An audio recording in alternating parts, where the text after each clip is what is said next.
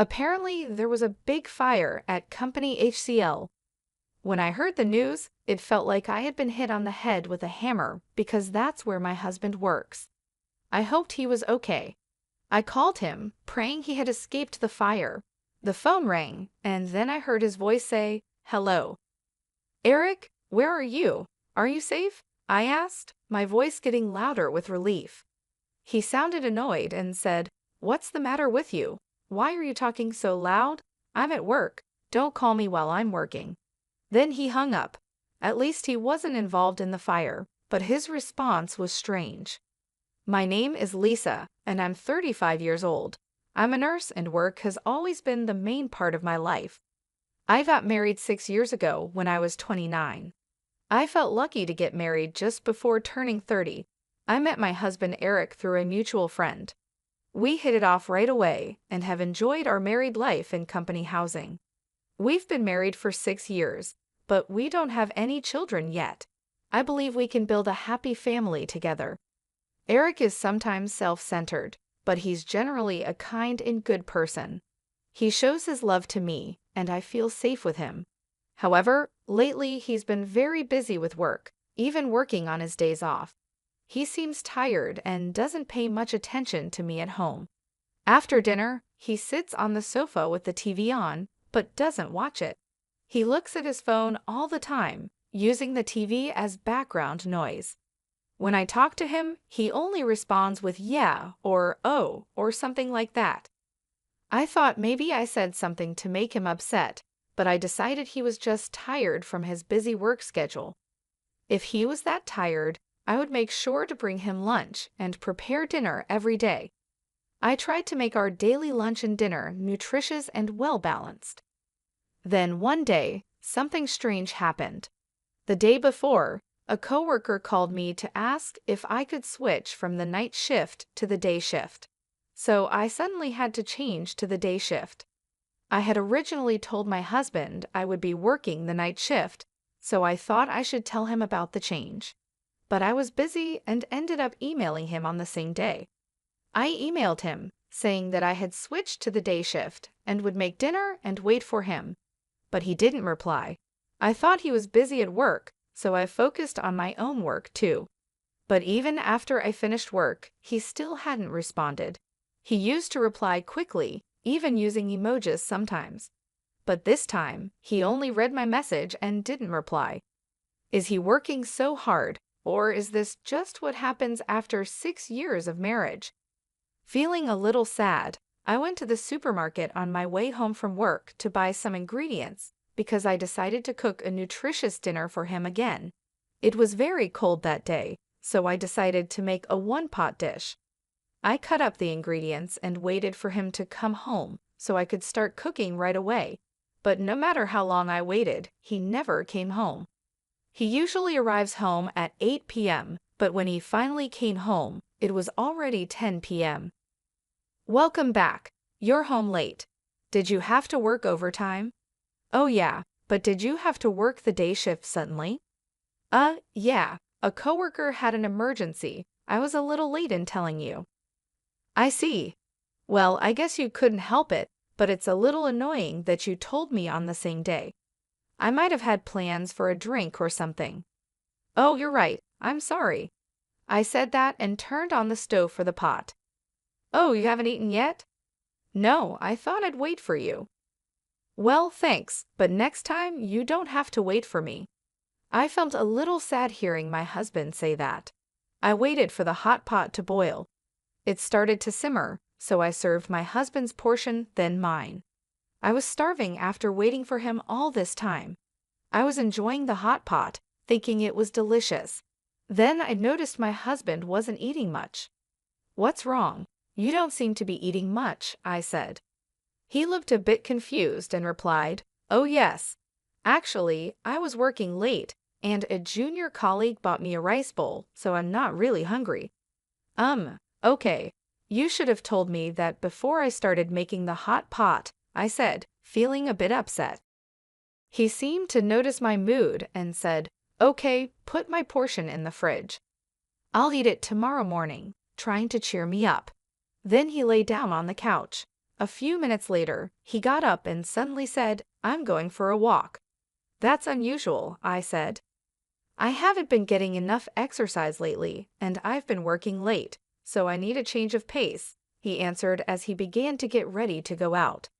I felt a little empty sitting alone at the table eating the hot pot, so I put my portion in the fridge too. I felt like I had eaten too much, and my husband and I haven't spent much time together lately, so I decided to go for a walk with him. But he refused and said it's not good to move just after eating. He also said he wanted to go for a long walk alone. He ended up going out for a walk by himself. I thought his behavior was suspicious, so I secretly followed him. My fear turned out to be true. Despite my voice, my husband was walking with great enthusiasm. He stopped in front of the park, a bit far from our house. He looked around and seemed to be communicating with someone on his phone. I wondered who he was talking to. A few minutes later, a car pulled in. My husband approached the car and started talking lightly with the person in the driver's seat.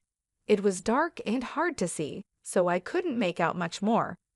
I got closer to the car and saw the person in the driver's seat. She had long curly hair and glossy lipstick. It was a woman, laughing happily as my husband got into the passenger seat. He was totally having an affair, right? By the time I thought that, the car had already driven away. I stood there for a while stunned. Then my husband sent me a text message saying he met someone he knew and would be home a little late. Someone he knew just out of nowhere. I didn't believe him at all. He had said he had already eaten and didn't have an appetite. But it was past 3 a.m. when he came home. He didn't even notice that I was awake. He seemed tipsy and went to the kitchen to drink a glass of water. After that, he often worked overtime only when I was on the day shift. We always had a hard time matching our off days, but now it's even harder. Yesterday he worked overtime, and today he has to work on his day off. But is it really work? I wonder if he's meeting the woman I saw that day. I can't help but think about it. I went online to look for information about detective agencies and found myself submitting an investigation request to the most reliable one. I felt guilty about investigating behind his back, but if nothing is going on, I could trust my husband again. So I decided to have them investigate. Waiting for the results of the investigation was really hard. My husband was as quiet as ever, and every time I saw his face, the woman was on my mind. I wanted to get a clear picture as soon as possible. Then something incredible happened. It was Saturday, and I was busy working as usual on the day shift. My husband was also at work on his day off. I was concentrating on my work, thinking that since we were both at work, I didn't have to think about anything else. Then I heard the sirens of a fire truck in the distance. The sound got closer and closer, louder and louder. Just when I thought they were passing by, I heard another siren. It wasn't just one fire truck, but 3 or 4 more. This must mean that there was a big fire nearby. I felt uneasy and worried. Then 2 of my colleagues came back from the hospital room with serious looks on their faces. They were talking about the fire. "You mean the fire?" I asked. "Yes, that's right. There was a big fire at Company HCL," one of them said. At that moment, it felt like I had been hit on the head with a hammer. That was the company where my husband worked. I quickly explained the situation to my colleagues and went to call my husband to make sure he was safe. "Please be safe," I thought as I dialed his number. Even though we hadn't been talking much lately, I always saw him off when he left for work in the morning. I prayed and hoped he had escaped from the fire. The phone rang, and then I heard his voice say, "Hello. Eric, are you safe?" I asked, my voice getting louder with relief. He sounded annoyed and said, "What's the matter with you? You're talking so loud. I'm at work. Don't call me while I'm working." Then he hung up. At least he wasn't involved in the fire, but his answer was strange. There was a fire with several fire trucks on the scene. How could he be working like that? Did he not go to work? Why was he so cold to me when I was worried about him? I was getting more and more angry. Maybe I had been seeing him off, just so he could go to another woman since we got married. Then I made a decision. I would leave that house. As soon as I got home, I started packing my stuff. When I looked in the mailbox, I saw that the results from the detective agency had arrived. I decided to leave the house with the results of the investigation. My parents helped me pack my things. The moving company would be here soon too.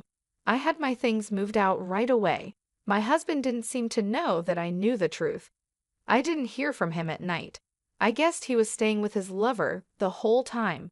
I packed a lot of my furniture and appliances for my single days. The room was almost empty and looked deserted. Staring at the room, I realized I had no lingering affection for this life. For now, I moved my belongings to my parents' house and looked for a new place to live alone. My husband finally called me the next day. "Hey, what's going on? Most of your stuff is gone." Of course, I moved out of that house. What? What were you thinking? When are you coming back? What about my food? What about the house chores? I was in shock. After all this, that's all you think about when it comes to me? While talking to him, I remembered the fire at his company. This guy was with his affair partner instead of going to work. Anger welled up in me. Why don't you get another woman to do that? Huh? What are you talking about? You were with a woman named Michelle today, weren't you? Huh? What are you talking about? I was working at the office. Oh, at the office? How long did you work today? It was a busy day. Even though I was working on my day off, it took me until late in the evening. I see. That's why I was so surprised that you moved out. Why don't you stop lying already? Huh? You lied about going to work, right? I wasn't lying. I was working. What's going on? How can you work until the evening when there was a fire in the office during the day? Huh? When I called you during the day, several fire trucks were dispatched to your company. They were there to put out a fire that broke out at your office. That's why I called you. I wanted to know if you were okay. You told me not to call you at work, and you talked like there was no fire. Well, he started to say. And I have evidence of the affair from a detective agency. There's no way for you to get away with this. You have to go through my lawyer from now on. I'll make sure I get the alimony. Oh no, he said, repeatedly begging for my forgiveness and apologizing to me. But I no longer had any affection for him. I'm sorry, but there's no way to fix this. I'm hanging up now. Wait, he pleaded. I went to my lawyer and demanded a divorce and alimony from him. The divorce was finalized, and he couldn't get away with it because of all the evidence. My husband and his affair partner had to pay me a reasonable amount of alimony. It turned out that my husband's partner was a junior colleague at the same workplace. The news of their affair spread through the company quickly. Having an affair when the company was dealing with a fire caused a lot of negativity among their colleagues. My husband and his affair partner are now getting cold stares from everyone around them, and they feel very ashamed of themselves. They really deserve it. Meanwhile, I moved into my new place and started to rebuild my life. My parents were incredibly supportive during this tough time. They helped me pack up my things and settle into my new home. It wasn't easy, but I felt a sense of relief being away from the toxic environment I had been living in. I focused on my job and took on more shifts at the hospital. My colleagues noticed that I was quieter than usual, but they respected my need for space. Slowly, I started to feel more like myself again. I even picked up a new hobby, gardening. It was therapeutic to nurture something and watch it grow. 2 weeks later, I received a letter from my ex-husband. He apologized again and begged for another chance. He wrote about how much he missed me and how miserable he was without me. But his words didn't move me. I had made my decision, and there was no turning back. I replied briefly, telling him that I wished him well, but there was no chance of reconciliation. I hoped he would find a way to be happy, but it wouldn't be with me. It was time for both of us to move on. One day, I ran into an old friend from college. We had lost touch over the years, but it was nice to catch up. She had also gone through a tough breakup and understood what I was going through. We decided to meet regularly, and soon we became close friends again. It felt good to have someone to talk to and share my feelings with. Months passed, and I found myself in a much better place. The pain and anger I had felt started to fade, and I began to look forward to the future. I even started dating again, taking things slow and enjoying getting to know new people. My ex-husband's affair and the divorce were hard lessons, but they taught me a lot about myself and what I want in life. I learned the importance of self-respect and the value of true, supportive relationships. I knew that I deserved better and that I would never settle for anything less again. Life was starting to feel normal again, and I was grateful for the journey I had taken to get there. It wasn't the path I had expected, but it led me to a stronger, happier version of myself, and for that, I was thankful. Meanwhile, I moved to a new apartment and started living a comfortable single life. The new place is cozy, and I feel at peace here. I've been focusing on myself and enjoying the freedom of being on my own. I hope to meet a sincere man in the future, but I'm not in a rush. I'm taking my time because I want to find someone who truly respects and loves me. My job as a nurse is stable and fulfilling. It keeps me busy, and I find joy in helping others. This stability has given me the chance to focus on my personal growth and well-being without the pressure of jumping into another relationship too quickly.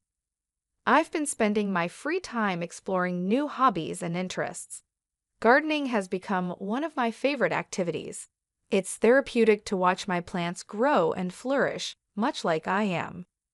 Looking back, I think about how she found out about her husband's affair. The fire at his company was unexpected and shocking, but it brought the truth to light. He shouldn't have had an affair to begin with, and it was only a matter of time before she found out. His actions were hurtful, and the consequences he faced were well-deserved. I've also started reconnecting with old friends and making new ones. It's nice to have a supportive social circle. We often go out for dinners, movies, or just have long chats over coffee. These interactions have been crucial in helping me heal and move forward. I've learned a lot from this experience. I've learned to value myself more and to recognize the red flags in a relationship. I've also learned the importance of taking things slow and not rushing into anything. This time, I want to make sure that my next relationship is built on trust, respect, and mutual understanding. For now, I'm content with my single life. I enjoy coming home to a peaceful, quiet apartment.